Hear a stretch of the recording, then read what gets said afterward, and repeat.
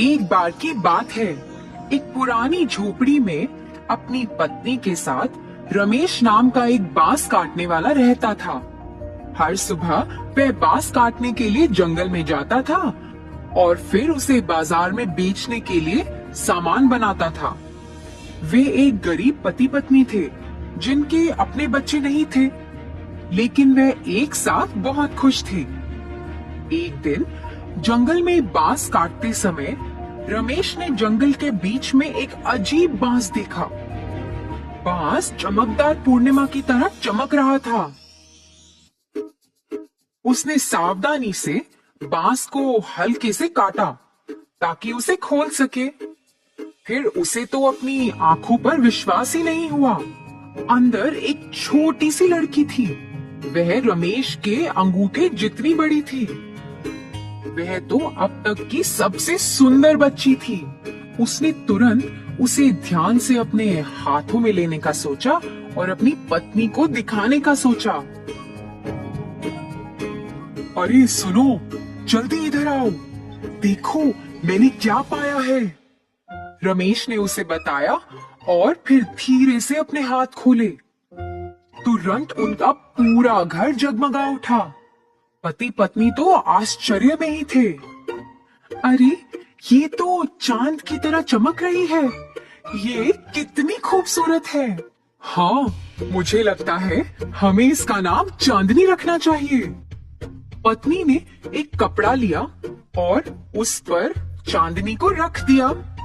तभी खिड़की से एक नरम हवा चली और छोटी लड़की पत्नी के हाथों से उड़ गई।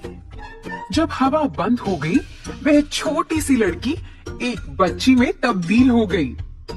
दोनों एक दूसरे को देखकर हैरान रह गए। जल्द ही वह बहुत अमीर हो गए। उन्होंने चांदनी को एक शानदार जीवन दिया। कुछ ही समय में चांदनी सबसे खूबसूरत औरत बन गई थी। लेकिन बांस काटने वाले की और भी चिंताएं थी। गांव वाले उससे अपने घर की सबसे खूबसूरत लड़की के बारे में पूछते रहते थे। एक रात जब चांदनी सो गई थी, तो रमेश ने अपनी पत्नी से बात की। उसने उससे कहा कि वह हमेशा तो घर पर नहीं रह सकती है। अब शादी तो उसकी करानी होगी। अगले दिन रमेश ने अपनी बेटी से उसकी शादी के बारे में पूछा। उसने उसे कहा कि नौजवान शादी करना चाहते हैं और कई लोगों ने उसका हाथ भी मांगा है। नहीं पिताजी, मैं आपके बिना नहीं रह सकती। मुझे आप अपने से दूर क्यों भेज रहे हैं पिताजी? अरे मेरी प्यारी बच्ची, मैं भी तुम्हारे बिना नहीं रह सकता हूँ, लेकिन अब तुम हमेशा तो इस घर में ऐसे नहीं रह सकती हो ना। मैं तुम्हें कभी भी अपनी मर्जी के खिलाफ शादी करने के लिए मजबूर नहीं करूँगा, लेकिन कम से कम तुम उन नौजवानों से मिल तो लो। चांदनी अपने पिता से बहुत प्यार करती थी और उन्हें ना नहीं कह सकी। अगले दिन 5 युवा चांदनी को देखने के लिए आए। वह सभी उससे अपनी नजरें हटा ही नहीं सके। वह इतनी खूबसूरत जो थी। चांदनी उन्हें देखती रही, मगर वह खुश तो नहीं थी। उसने अपनी बातों से कोई उत्साह नहीं दिखाया। मैं चाहती हूँ आप सभी अलग अलग जगह जाएं और ये चीजें प्राप्त करके मेरे पास लाएं। मैं केवल उसी से शादी करूंगी जो मेरी मांगों को पूरा करे। पहले युवा को चांदनी ने एक साधु से पत्थर का बना एक कटोरा लाने को कहा, जो चांदनी से भी ज्यादा चमके। दूसरे युवा से उसने पूर्वी समुद्र के पास सबसे ऊंचे पहाड़ के शिखर पर उगने वाले एकमात्र पेड़ की एक शाखा लाने को कहा। इसकी जड़ें चांदी की बनी होती हैं और शाखाएं सोने से बनी होती हैं। उसने तीसरे युवा से चीन जाने को कहा और आग के चूहे की खाल लाने के लिए कहा। चौथे युवा से उसने गहने लाने को कहा, जिसमें 7 रंग थे। यह तो एक अजगर के सिर पर पड़ा था। आखिरी युवा को उसने एक चिड़िया लाने को कहा, जिसके पेट में एक शंख है।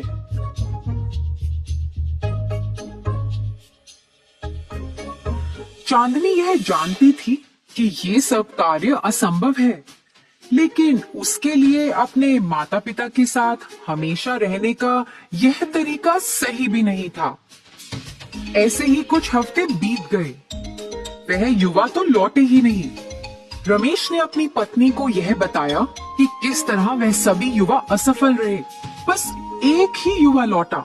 उसे साधु से पत्थर का बना कटोरा लाना था जो चांदनी से भी ज्यादा चमकता हो, लेकिन वह उसे चांदनी से ज्यादा चमकदार नहीं बना सका।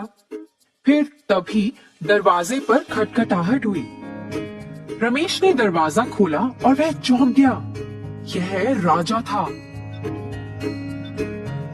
रमेश और उसकी पत्नी सम्मान पूर्वक उसके सामने झुके। आपको नहीं, बल्कि मुझे आपके सामने झुकना चाहिए, क्योंकि मैं आपकी बेटी का हाथ मांगने आया हूँ। मैंने उन चीजों के बारे में सुना है जो उन्होंने मांगी है, और मैं उनसे बात करना चाहता हूँ और यह पता लगाना चाहता हूँ कि आपके आशीर्वाद से मेरे लिए उसके पास क्या कार्य हो सकता है। राजा चांदनी को देखने के लिए बहुत उत्सुक था और इंतजार करने लगा। जब वह अपने कमरे से बाहर निकली तो वह तो उसकी सुंदरता पे फिदा हो गया। उसने अब उससे शादी करने की ठान ली थी, लेकिन चांदनी को कुछ कहना था। देखिए राजा जी, मुझे पता है कि आप मुझे कुछ भी दे सकते हैं, मेरी सभी ख्वाहिशों को पूरा कर सकते हैं, इसलिए मैं आपसे केवल एक चीज ही मांगती हूँ। मेरी इच्छा ये है कि मैं शादी नहीं करना चाहती और आप मुझसे यह कभी ना पूछिए। यदि आप ऐसा चाहती हैं, तो मैं आपकी आज्ञा का पालन करूंगा, लेकिन क्या आप मुझे अपना दोस्त बना सकती हैं? फिर इसी तरह राजा और चांदनी दोस्त बन गए और अक्सर मिला करते थे और गपशप किया करते थे। चांदनी के पिता ने भी बाकी युवाओं को घर में आने नहीं दिया। वह अपनी बेटी को परेशान नहीं करना चाहते थे। एक रात जब वह चांदनी के कमरे में गए, उन्होंने देखा कि चांदनी खिड़की के पास बैठी थी। वह चांद को घूर रही थी और उसकी आंखों में आंसू थे। रमेश ने उससे पूछा, पिताजी, एक सपना है जो मुझे हर रात आता है। मैंने आपको कभी नहीं बताया क्योंकि मैं नहीं चाहती थी कि आप चिंतित हो। मुझे ये सपना आता है कि चांद से कुछ लोग यहाँ आए हैं और वह मुझे लेकर जा रहे हैं। और कल रात मैंने एक आवाज सुनी और उससे मुझे पता चला कि वह दिन आ गया है। इस महीने के 15वें दिन वह मुझे लेने के लिए आएंगे, तो मुझे आपको छोड़ना पड़ेगा। रमेश यह सुनकर परेशान हो गया था। उसने अपनी प्यारी बेटी को सुलाया और फिर चांद को देखा। इतने सालों में उसे पहली बार महसूस हुआ कि चांद थोड़ा सुस्त लग रहा है। वह चमकदार बिल्कुल भी नहीं है, मानो किसी ने चांद का प्रकाश छीन लिया हो। उसे अपनी बेटी की चिंता हो रही थी। उसने तुरंत राजा को संदेश भेजा और उसकी मदद मांगी। राजा ने पत्र पढ़ा और फिर कसम खा ली कि कोई भी चांदनी को उससे दूर नहीं लेके जा पाएगा। 15वें दिन राजा ने चांदनी के घर के बाहर 2000 सिपाहियों को खड़ा कर दिया।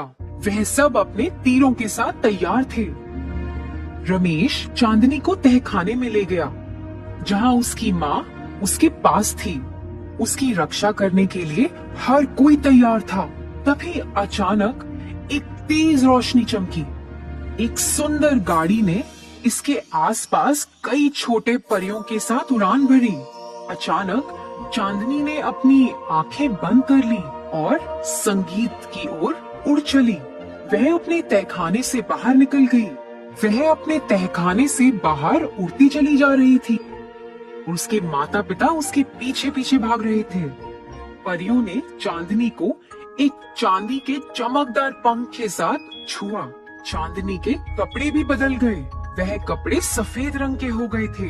उसने अपनी आंखें खोली। वह अपने माता पिता के पास गई। पिताजी, आपने मेरी इतनी देखभाल की है, लेकिन अब मुझे अपना कर्तव्य निभाना होगा। मुझे अपने लोगों के पास वापस जाना होगा। चांदनी बेटा, मैं कुछ समझा नहीं। चांद सुस्त है क्योंकि मैं यहाँ पृथ्वी पर हूँ। मैं चांदनी हूँ। मैं दिन के दौरान भटक गई थी और भूल गई थी कि मैं कौन हूँ। फिर मैंने पृथ्वी पर पैर रखा था। मैं खो गई थी। इसलिए मैं आराम करने के लिए बांस के पेड़ पर बैठ गई और आपने मुझे ढूंढ लिया था। तो बेटा, अब तुम चली जाओगी?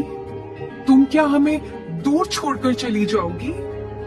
माँ, मैं आपको हर रात देखने के लिए आऊंगी।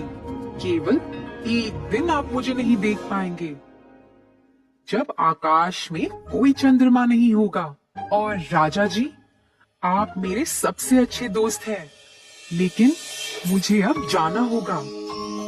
चांदनी अपनी गाड़ी पर बैठी और खुशी से पृथ्वी पर अपने परिवार वालों और अपने दोस्तों को अलविदा कहा और उड़ान भरी। वह दुखी तो नहीं थी, क्योंकि वह जानती थी कि वह हमेशा उन पर नजर रखेगी। रमेश और उसकी पत्नी ने अपने आंसू पोंछे और सुंदर चांद को देखा। राजा ने भी कभी भी किसी से शादी नहीं की। हर रात वह चांद को घंटों तक घूरता रहता और अपने प्यार को देखकर मुस्कुराता रहता। रमेश ने अपने बड़े घर को छोड़ दिया और वापस अपनी झोपड़ी में चला गया। यही एकमात्र तरीका था कि रात में छत के माध्यम से चांदनी उनके घर में आ सके। बांस काटने वाले और उसकी पत्नी ने अपना जीवन शांति से व्यतीत किया।